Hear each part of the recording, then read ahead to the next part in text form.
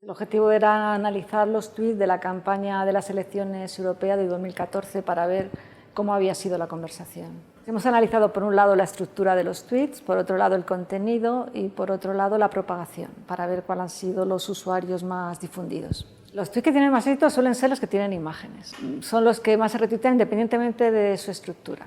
Pero también son más retuiteados los tuits de los candidatos o de los partidos, más que nada porque tienen un alcance mayor y la gente está pendiente de lo que dicen. Hemos detectado dos conversaciones. Una conversación que se encuadra un poco más en el marketing político, que contiene tweets con hashtags de campaña o tweets que mencionan a los candidatos por su nombre de usuario.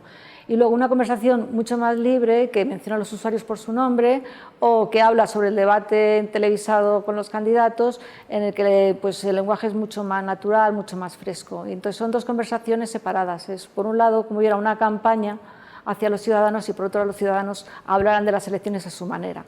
Y no ha habido interconexión en esas dos capas. Pues lo primero que tenían que hacer los partidos y los candidatos es escuchar lo que dice la gente, porque creo que es muy instructivo conocer lo que se está diciendo en la red.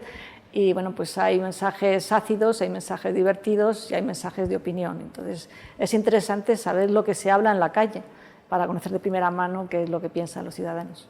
Los usuarios que están en Twitter no son la representación total de la sociedad, son gente más bien joven y hay más hombres que mujeres, con lo cual no es una representación real, pero sí te da una medida de lo que es un sector de futuro, que es la gente, los votantes que se incorporan a votar, muchos por primera vez, o gente muy joven, qué opina sobre la política, qué opina sobre los partidos.